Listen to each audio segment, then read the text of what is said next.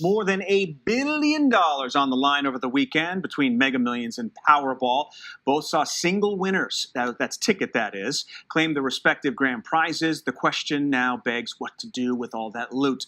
Attorney Andrew Stoltmann, who has represented, by the way, 6 past lottery winners, kind enough to come in this morning and talk about steps you need to take so you don't become a lotto loser. Good morning to you. Thank you for coming in. Absolutely, anytime. Well, I think the first thing people, if we don't know who's won here in Illinois because there are smaller winners, but even if you've won any dollar amount, I would imagine you got to be careful who you let know about it, right? That's right. Whoever wins this lottery is going to be the most heavily targeted person in the United States by both legitimate financial advisors and illegitimate ones. And you also have family members who are coming after them. Bad accountants, bad attorneys, everybody. So the first thing you want to do is keep quiet. And that's the hardest part, I think, for people. So Absolutely. You want to scream it out. Absolutely.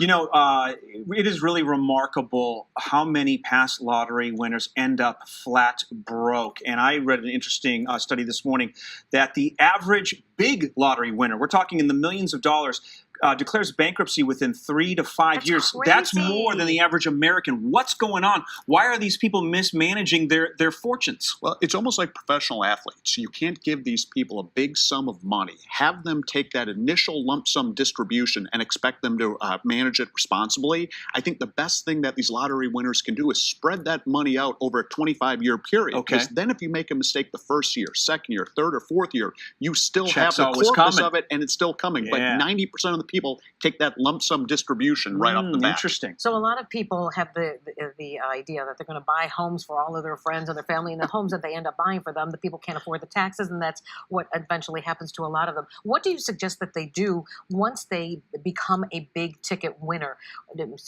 Tell nobody, start making a financial plan. What do you do? Yeah. Well, you get the team in place. You have to have the attorney. You have to have the CPA. You have to have people that are going to protect your interests. And so many of the people who win it, they don't do that. They don't have that infrastructure in place.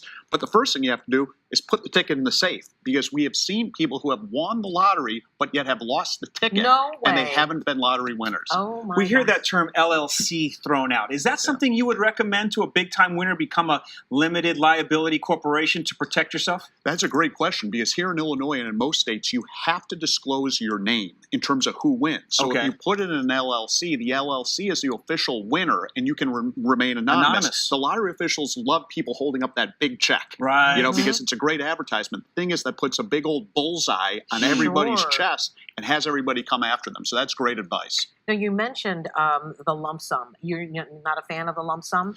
I hate the lump sum. I mean, so many of the problems we see are because people do take that lump sum. They blow through that money so quickly. And even though you get a lesser amount on the long-term distributions, long-term, you're usually in better shape. But I would think that you'd be concerned about leaving that to your heirs, because you can still do it. You can still do it. Absolutely. That's an asset. And if you win that asset, you can deed that. You can give that to whoever you want in your will. And if you die the first year, your heirs will still get those payments. I used to laugh at the presser after the winner would come forward and declare themselves the winner. And the first thing they would say is, I'm not going to quit my job. And I always say to myself, are you out of your mind? That's the first thing I would do.